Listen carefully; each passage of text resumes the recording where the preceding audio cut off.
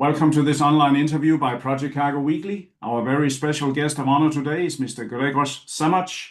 He's the director of DSV Projects and Industrial Solutions in Poland. First and foremost, Greg, very welcome to this interview. Thank you very much. Thank you for having me. It's a pleasure to have you here, and thank you also to you. I always allow my interviewees to elaborate a little bit on their career before they got the position they are now in. And the same for you, Greg, in order for my viewers to get to know you a little bit. How come you are in the position you are in? Why did you get into logistics? How come you're not sitting in a bank or in politics? Why are you in logistics? Good question. It was probably a bit random decision. After finalizing my master on Gdańsk University, I've been looking for different options I have. You're right, banking was one of the things I was considering as a good one. But finally, thanks to some relationships and the experience of my friends, I started working for the industry. At the beginning, it was mostly connected with warehousing. Then I jumped into sales in container freight forwarding. And one day, in one of companies I was working for, it was C. Hartwig Gdynia, the old one, traditional Polish freight forwarder. Barely the only one during communistic time, monopolistic. They decided to build project department, which was totally new for me. I have no experience, no even basic knowledge about that. But I said, okay, sounds great. Big, difficult things. That's something for me. So I started and was working there for some time.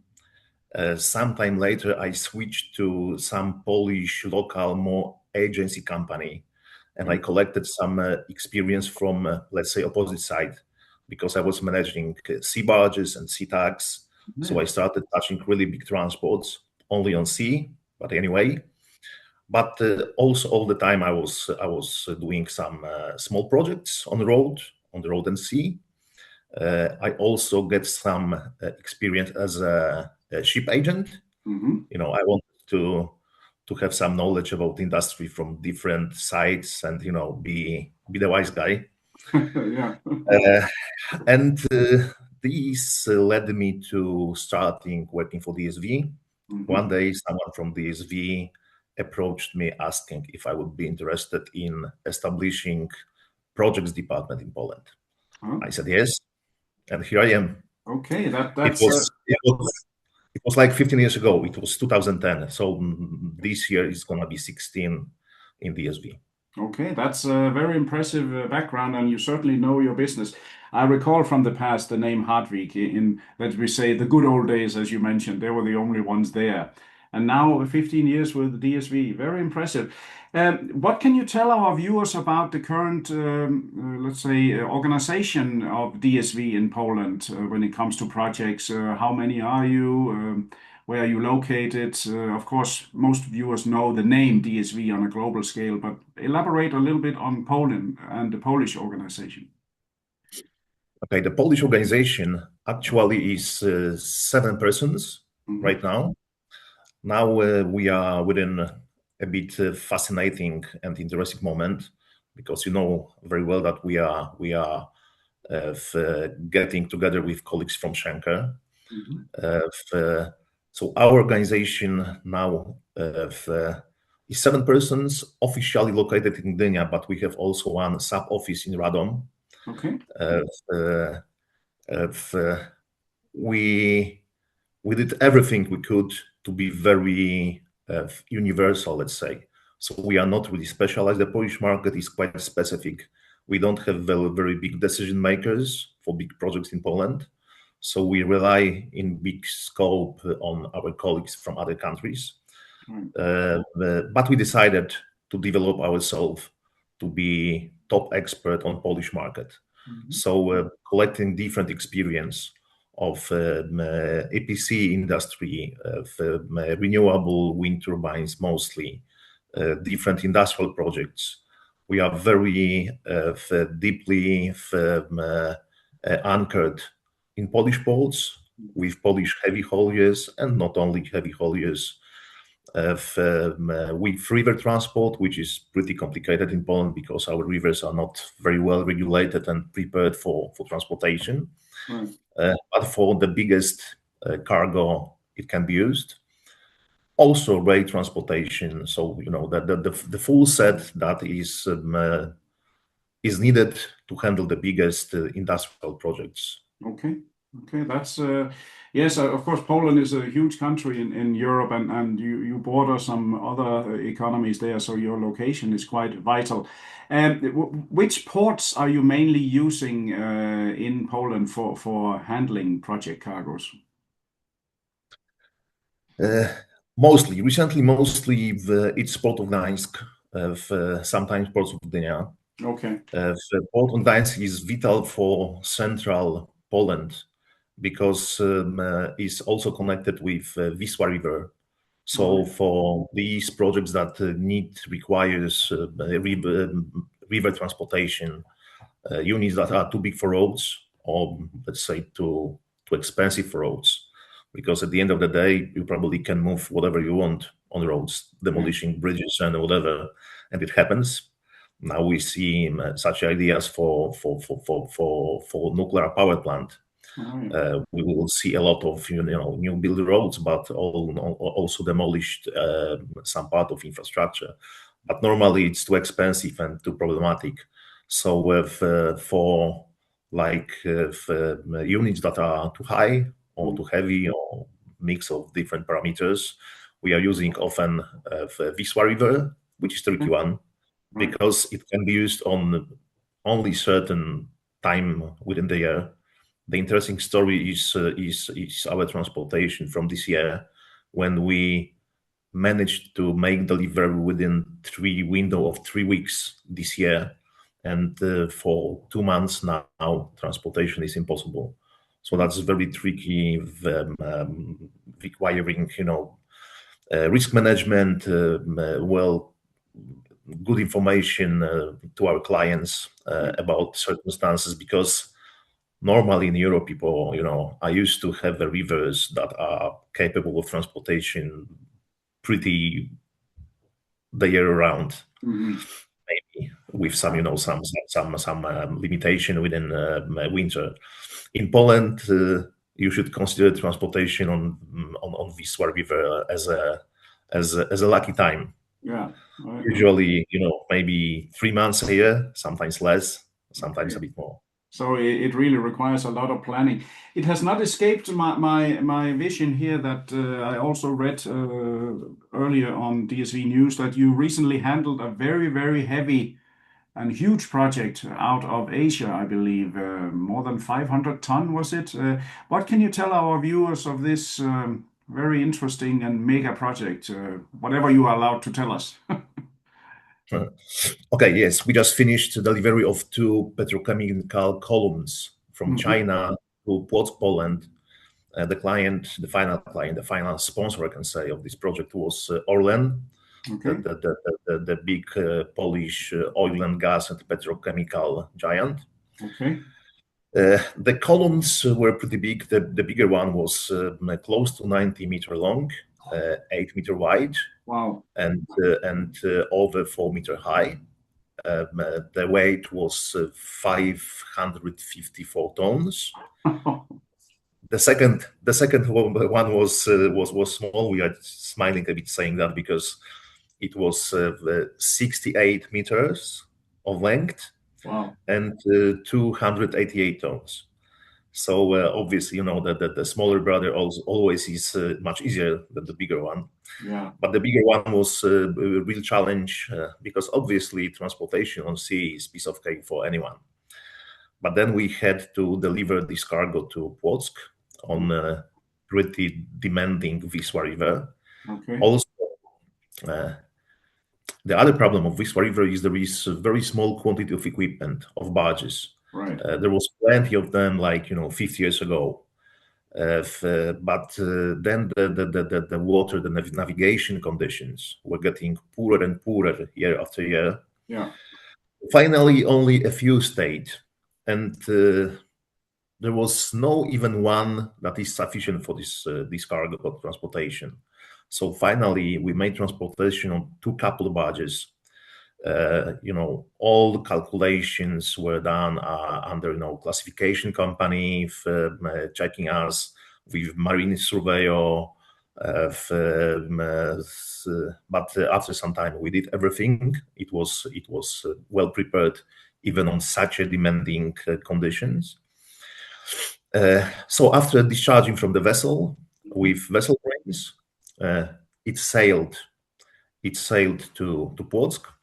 Interesting thing is that the window we had for this operation was really demanding and short, because 2 weeks before we started transportation, we had to use icebreakers to get barges to loading place. Oh. Then after loading of this cargo, we still had some ice, but it was not very dramatic, let's say. Okay. But after like 5 days, we reached Włocławek, which is important point on this river, because we have the dam here and the lock here that we need to use. After reaching this point, we've been, really happy, and we knew very well that the last part is piece of cake. Yeah. So finally, we reached the jetty, the old one, but the one we know very well. I will tell you in a while. Yeah. Why we know that very well. Then we discharged from the barge these units on skidding method, which is pretty demanding on such a long barges, even two, not even one. So stabilizing of these barges was a challenge also. We had to prepare, the ground. We put some bags with the sand to build the stable support for barge. But finally, after a couple of days preparations, we moved the first unit from the barges. A few days later, a second one. Yeah. We loaded them on SPMT axle lines, and delivered. It was 1/9 of because the distance is not very very big. It's 7 kilometers, but still it goes through the totally urbanized area. So we had like 4 roundabouts we had to pass. We obviously need to dismantle a lot of stuff, like traffic signs, traffic lights, support the ground with steel plates or composite plates. And even at the end of the route, we had to cut a few trees. We did it before, and finally we reached the Orlen side, which also was a challenge. We had to the gate was too low for this transportation, so we had to build a small overpass road. We went through the fence that we dismantled. Okay. You can imagine Orlen has very high level security rules. Oh yes, of course. So arranging anything was pretty difficult. But at the end of the day, it was pretty successful. We delivered on the place and put it on the ground on right position.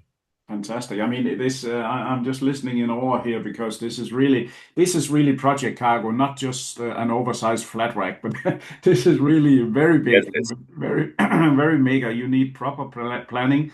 And it seems you've done it very well.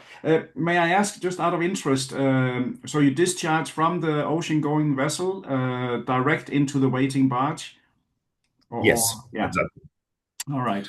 Directly, because we would have huge problem putting this on quay. Of course. Because the strongest floating crane in Port of Gdańsk is 400 tons. Oh, okay. So it would be challenge to do it. Otherwise, we would have to bring some, huge mobile cranes to put it on barge from the quay. So even risking that barges will be staying with cargo a long time, it was better to load as soon on the barges immediately, because even we are aware that we could have like a window with good water level for like 2 weeks. So we decided to be ready for sailing any moment the conditions are good. Yeah, I can understand. Which load port did you have for this project in China? Oh, it was Shanghai. Shanghai, okay. So Shanghai to Gdansk, you said, was it Gdansk or? It was Gdańsk. Yeah, yes. Gdansk, yes. Shanghai, Gdansk by breakbulk ship, and then from there by barge. What was the total transit time after arrival Gdansk, would you roughly, until the mill site? After arrival, it was 3 weeks and a half. Okay. We've been pretty quick because sailing was only, I believe that we left on Tuesday and delivered on Sunday. So after 5-6 days, we've been on place. Okay. Then we spent like around a week on discharging, delivering one after another, because we had to deliver first to free space for the second one. Yeah. And if I remember well, on 28th of March, it was done. So yes, around 3 weeks. Yeah. But effectively, we had to, to wait for something. There was some formalities to be done. Sure. But yeah, let's say 3 weeks. Very, very impressive indeed. And DSV, you were in charge of the total transport from origin to destination for this turnkey. Not fully. Not fully. Client decided that he wants to contract sign in Korea. So our colleagues in Korea was on charge of contract. Obviously, we've been cooperating. And also we agreed that our colleagues from Korea will be responsible for the sea transport from China to Poland. Okay. But we can say that it was, close mutual cooperation. Of course. And I can tell you one secret. When I understand these transport very well, 3 years ago we made to the same place the project that was consisted of 1,600 units delivered, over 100 heavy loads, and over 20 super heavy loads. So the biggest unit delivered 3 years ago was even bigger than the one we delivered now, because it was 94-meter long, 8 on 760 and 850 tons. So it was a real monster. And we had others that were very demanding. And making this project 3 years ago, we opened the route for this transportation. We this made a lot of engineering in the city of Płock. We made a lot of works on the jetty, preparing that for the receiving such heavy loads. We had 2 heavy cranes. One of them was 1,200 tonner. The second one, a 60 tonner. So for around 1 year, we've been delivering a lot of cargo, and we finally handled something around 80 barges with different kind of stuff, heavy, high, long, everything. So you certainly had the ground experience beforehand, before these two heavy pieces here. You have paved the way, so to speak, already.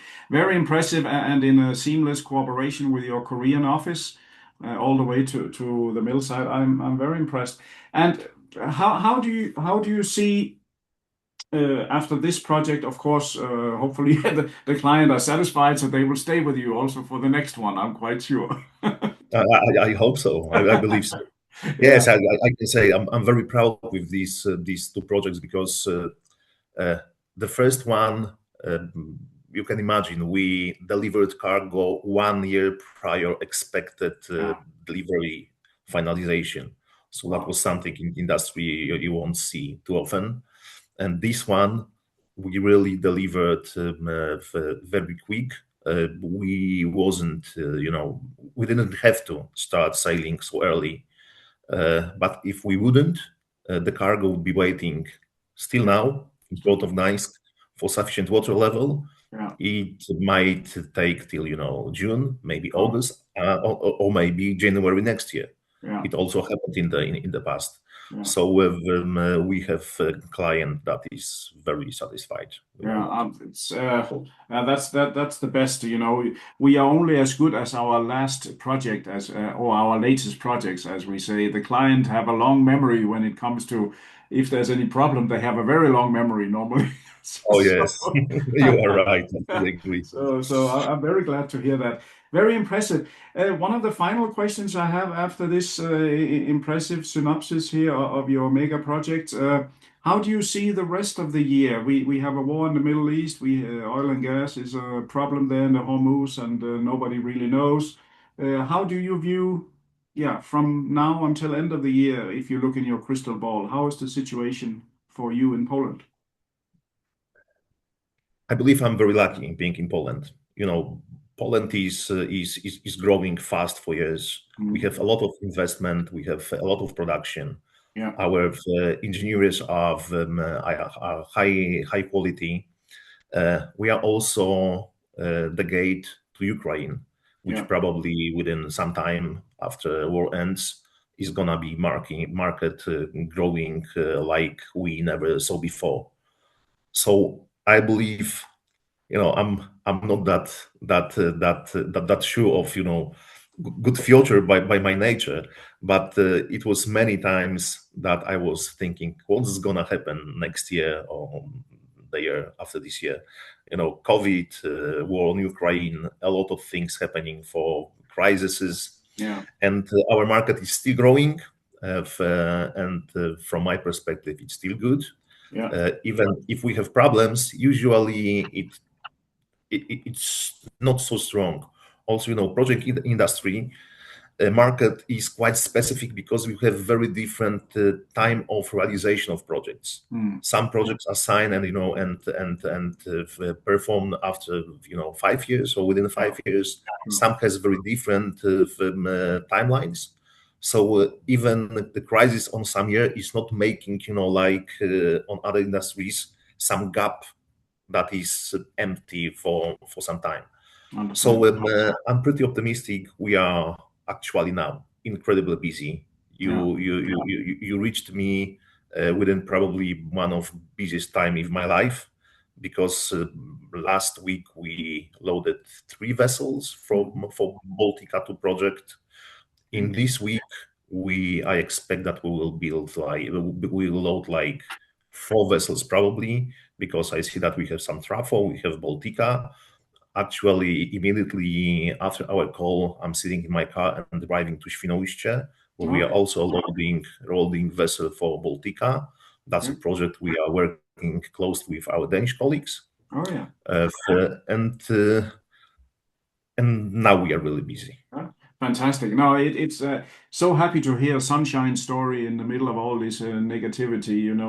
I've started to stop reading the news because bad news seems to sell more newspapers, and you get depressed. And this interview is very positive and something that has gone very well. Fantastic project from door to door, lots of planning, and it's nice to hear the sun is shining on you currently. But listen, Greg, I think for our viewers, this is really one to listen about and learn from with proper planning.